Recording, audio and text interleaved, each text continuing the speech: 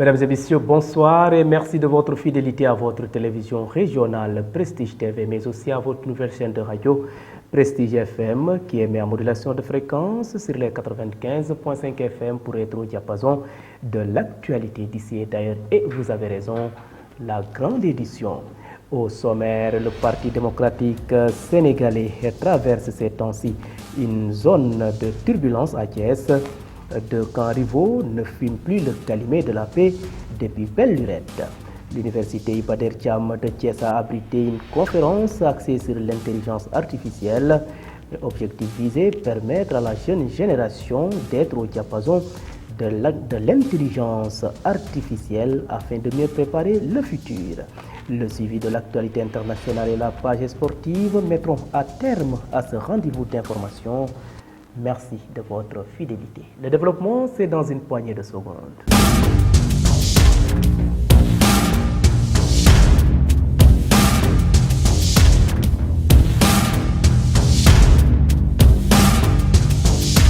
Bienvenue et démarrons ce rendez-vous d'actualité par la politique. Le Parti démocratique sénégalais PDS traverse ces temps-ci une zone de turbulence à Thiès. Deux camps rivaux ne fument plus le calumet de la paix depuis belle lurette. Le secrétaire général de la coordination communale du Parti démocratique à Thiès, Mor Diouf, avait accusé tout récemment ses camarades de parti qui avaient endommagé la porte du permanence Boubacar Sall 6 au quartier Carrière pour y tenir une réunion. Hier, l'autre camp est monté au créneau pour balayer d'un revers de main les allégations de leurs camarades de parti. Ndiaga Diaw, secrétaire général du PDS section Thiès-Ouest, donne plus de détails. Le voici au micro de nos reporters Isaac Dapa et Moustapha Mbaye. C'était juste une plainte que Mor Diouf a déposée contre des responsables du PDS. Je peux citer parmi ces responsables Serigne Sidi Ahmed Djegen, le maire Magaye Sarr, Mambane Diaw Gueye, Ibrahima Tal, entre autres. Parce que tout simplement, il dit que nous avons défoncé la porte de la permanence. On l'a fait mercredi passé parce que tout simplement, c'est lui qui a fermé la permanence. Aujourd'hui aussi, on l'a fait parce que c'est lui encore qui revient pour fermer la porte. Il n'est nullement dit dans le règlement intérieur de notre parti, dans les statuts de notre parti, qu'un militant peut se permettre de fermer la porte de la permanence. C'est inimaginable. Surtout dans des circonstances pareilles, où le parti a besoin de s'unir.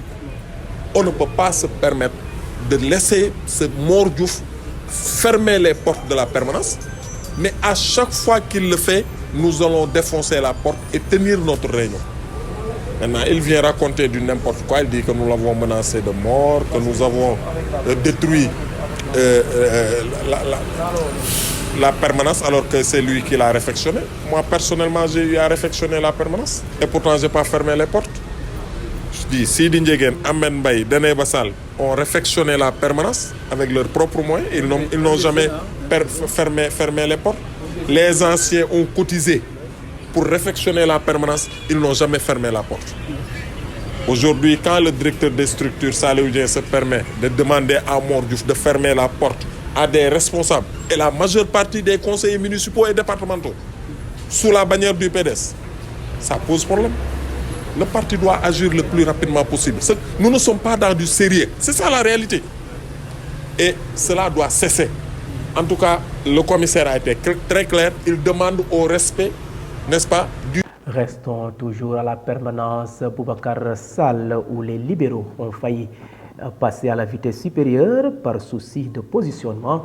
Meïssa Dieng, militant du Parti démocratique sénégalais, dès les premières heures a saisi l'occasion pour revenir sur les difficultés rencontrées par leur parti, mais malgré ces obstacles, le PDS reste toujours debout pour l'intérêt du pays. Meïssa Dieng est toujours au micro de Moustapha Mbaye et Isaac Dapa. Le PDS a fait 26 ans d'opposition, 12 ans de pouvoir et 12 ans encore d'opposition, que nous sommes en train de finir. Ça fait 50 ans.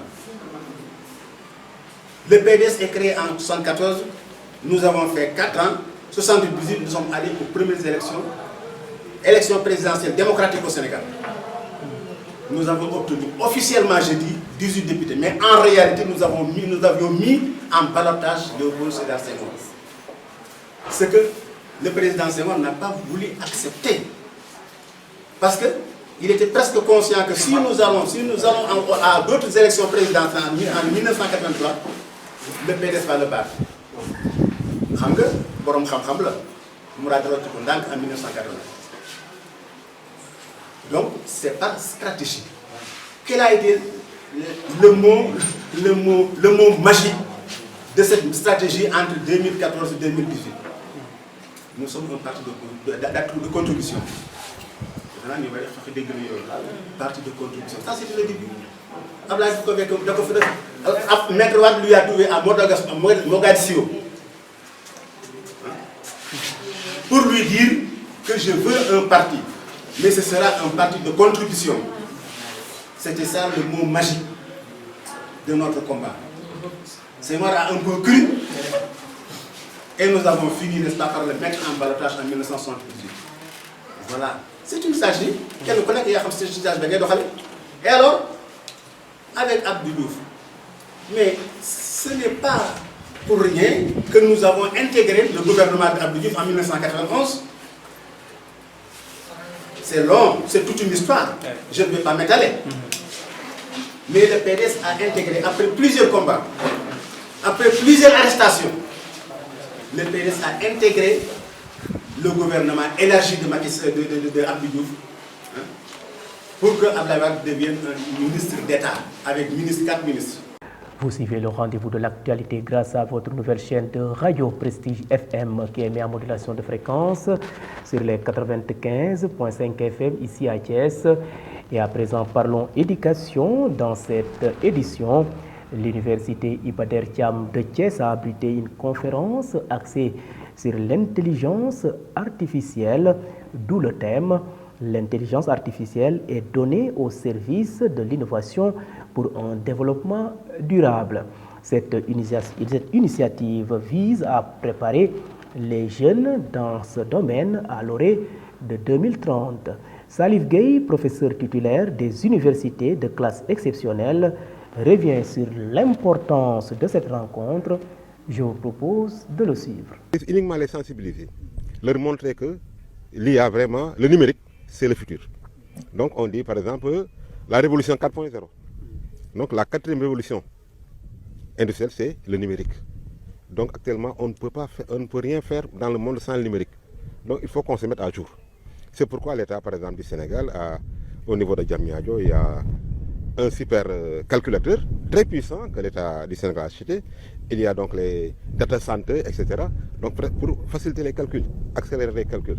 Donc le numérique maintenant, on ne peut pas faire sans les numériques.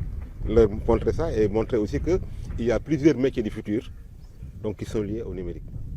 Donc il y a par exemple, il y a actuellement plusieurs emplois qui sont là, des offres, et on n'a pas de demandeurs. Donc il y a plusieurs métiers, plusieurs filières qui seront créées dans le futur dans ce domaine-là. C'est l'intérêt de cette conférence, sensibiliser les personnes, leur montrer qu'il y a ces métiers-là, attention, dans le futur, il peut y avoir des problèmes. Donc ceux qui sont dans ces métiers-là, qu'ils commencent à se reconvertir. Donc à temps, pour ne pas être pris au dépourvu. Les lycées aussi, bon, on les a associés parce que c'est une conférence aussi, bon, transversale, bon, compréhensible pour tout le monde, mais aussi c'est scientifique. Donc actuellement, au niveau du Sénégal, donc on a 80% des bacheliers, c'est des littéraires. Il y a quelques années, donc c'était 70%. Maintenant, on a 80% de bacheliers littéraires. À rappeler que cette conférence a été animée par le professeur Cheikh Sarr du département informatique de l'université Iba Der Thiam de Thiès. Les jeunes ont répondu en masse pour être au diapason de l'intelligence artificielle afin de mieux préparer leur futur. Voici le professeur Cheikh Sarr au terme de cette conférence. L'exposé, c'était plus dans le sens d'abord de définir les concepts de l'intelligence artificielle parce que c'est une technologie en tout cas, dont on entend beaucoup parler. Différentes applications telles qu'elles sont utilisées aujourd'hui dans le monde, mais surtout aussi les fondamentaux. Qu'est-ce que c'est que l'IA? Quels sont les domaines qui la composent? C'est quoi les données? Parce que les données sont nécessaires aujourd'hui pour les systèmes IA de fonctionner. et finalement ouvrir des perspectives parce qu'on a vu qu'il y a beaucoup de questions sur l'éthique, la responsabilité qui doivent être traitées aujourd'hui avec l'IA. Et le Sénégal a adopté récemment une stratégie sur l'IA. Donc tout ça, c'est des problématiques dont on a eu à discuter durant la conférence. Alors, au niveau de l'université Iba Der Thiam, puisque c'est un institut, une formation, des formations universitaires, ici en termes de formation, comme l'a rappelé mon collègue, on a 2 masters aujourd'hui spécifiquement dans le domaine de l'IA. Donc un master qui s'appelle l'IA et Smartech. On a un autre master sur les sciences de données qui sont hébergés par 2 UFR et qui complètent en fait les formations en informatique dans ce domaine aujourd'hui pour contribuer à l'un des objectifs en fait dont j'ai rappelé qui était de former 90 000. Même cet objectif semble surréaliste dans les 5 ans à venir, des personnels qui sont spécialistes dans le domaine de l'IA et du traitement des données. Parce que malheureusement, l'initiative vient souvent de ces pays et nous sommes plus des utilisateurs. Mais je pense qu'il faut qu'on inverse la tendance. Peut-être ça va être difficile de rattraper le gap, mais au moins qu'on ait au moins une IA qui soit adaptée à nos problématiques à nous, qui ne sont pas forcément celles des pays européens ou des pays américains.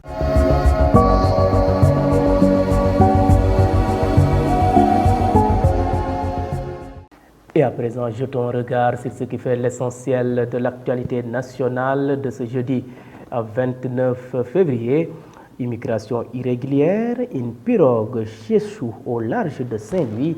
Le bilan passe à 25 morts, nous dit Ibrahima Sarr. L'actualité nationale, un comité régional de crise a été mis en branle avec les sapeurs-pompiers, le préfet du département et les différentes composantes des forces de défense et de sécurité, la marine nationale, la police, mais également de concert avec le parquet, a-t-il déclaré mercredi soir. Selon M. Samb, 21 blessés, dont 3 dans une situation relativement grave, sont pris en charge à l'hôpital régional de Saint-Louis. Plusieurs annonces, les ministres de la Pêche, du Développement communautaire, entre autres, sont attendus ce jeudi à Saint-Louis. Parlons autre chose, le chef de l'État va saisir le Conseil constitutionnel pour recueillir son avis sur les conclusions et recommandations du dialogue national clôturé mardi à Diamniadio, a-t-on appris de sources officielles mercredi. Conformément à l'article 92 de la Constitution, le président de la République saisira le Conseil constitutionnel pour recueillir son avis sur les conclusions et recommandations du dialogue national, rapporte notamment le communiqué du Conseil des ministres tenu ce mercredi. Les conclusions et recommandations issues du dialogue national seront officiellement remises au chef de l'État lundi 4 mars lors d'une audience, a indiqué la source. Et terminons l'actualité nationale. Le Conseil des ministres a examiné et adopté mercredi en Conseil des ministres un projet de loi d'amnistie des faits liés aux violences politiques survenues entre 2021 et 2024. L'adoption du projet de loi par le gouvernement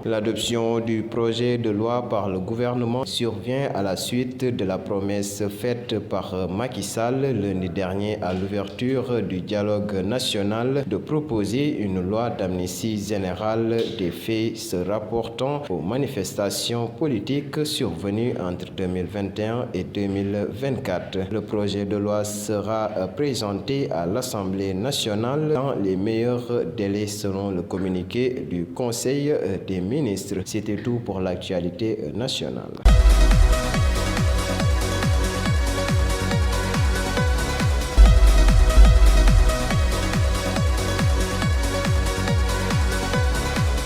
Et sur l'international, l'Algérie a mené un exercice militaire d'envergure à la frontière avec son voisin le Mali.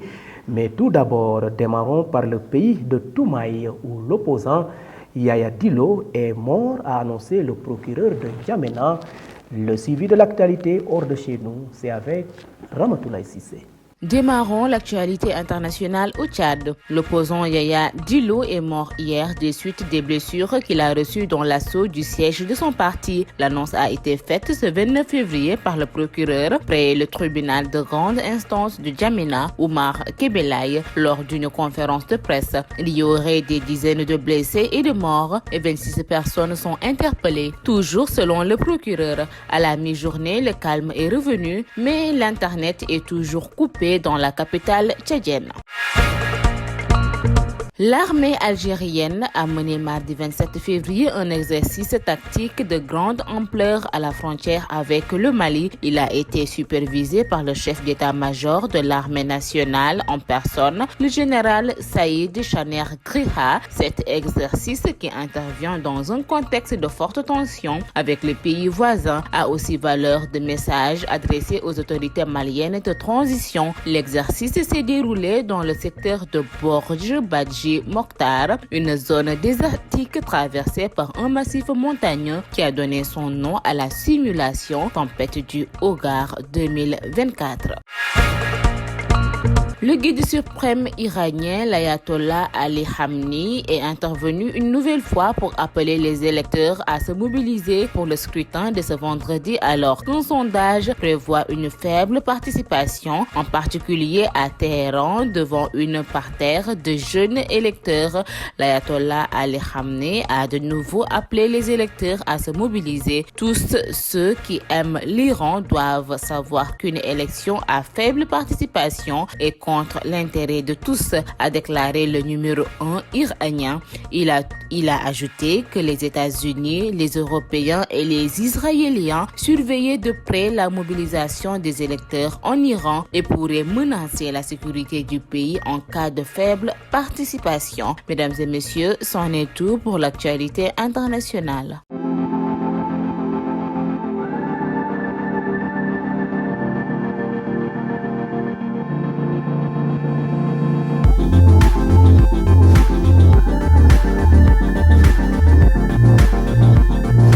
Et bouclons cette édition par une note sportive. Et aujourd'hui, c'est Isaac Dapa qui prend le relais à Adiaramsek. Amara Diouf, né en 2008, a été surclassé dans l'équipe dirigée par Serigne Saliou Dia, mais cette décision l'empêche de faire ses débuts avec l'équipe junior sénégalaise aux Jeux africains. Selon les règles de la compétition, seuls les joueurs nés après 2007 sont autorisés à participer, comme l'a expliqué Serigne Saliou Dia dans une interview avec les journalistes. Il y a eu une date limite et seuls les joueurs nés avant 2007 sont autorisés à jouer. Malheureusement, il est de 2008. Il est encore précoce, mais je pense qu'il a un avenir devant lui et qu'il participera à des compétitions avec nous à l'avenir. Amara est le fer de lance de l'équipe U17, mais nous sommes maintenant avec la sélection U20 à un autre niveau. Après son succès de la précédente journée face à l'Olympique de Ziguinchor, 3-0, les Aigles de Médina voudront poursuivre sur leur lancée pour conserver leur fauteuil de leader, et pour ce faire, les Médinoises iront au sud du pays pour faire face aux Ziguinchoroises du Casa Sport. L'AS Bambey, deuxième, voudra suivre le rythme pour ne pas se laisser distancer au classement. Et pour cela, la formation de Mbayang Thiam fera aussi un déplacement à Dakar pour affronter les Amazones de Grand Yoff. L'AS Bambey a remporté son dernier match devant AFA de Grand Yoff, début à 1 du compte de la 12e journée. Et pour terminer, pour la première fois de son histoire, Guédiawaye Basket Academy disputera les demi-finales de la Coupe de la Ligue après sa belle victoire contre les Balog. Comme toujours, la bande de Koumbanyan a une nouvelle fois imposé son rythme à l'adversaire en maintenant la pause à 19 points sur 15. Au retour des vestiaires, la JA a continué sur sa lancée en mettant en place son jeu habituel qui l'a permis de remporter les deux derniers cartons, 29 points sur 21 points. Avec ce succès, la Jeanne d'Arc obtient son billet pour le dernier carré. Et c'était tout pour cette note sportive. Merci donc à vous Isaac Dapa pour cette note sportive. Mesdames et messieurs, c'en est tout. C'était le rendez-vous de l'actualité de ce jeudi 29 février 2024. Vous étiez trop nombreux à nous suivre à l'étranger grâce au réseau IPTV et d'autres optent pour nos différentes plateformes, à savoir le site d'information www.prestigethies.com, les pages YouTube et Facebook Live de Prestige. Et mention spéciale à nos auditeurs qui nous ont suivis grâce à cette nouvelle chaîne de radio Prestige FM qui émet en modulation de fréquence sur les 95.5 FM ici à Thiès. Et gardez la fréquence sur les 95.5 d'un moment à l'autre. Isaac Dapa pour le suivi de l'actualité en Wolof. Merci et bonne fin de soirée.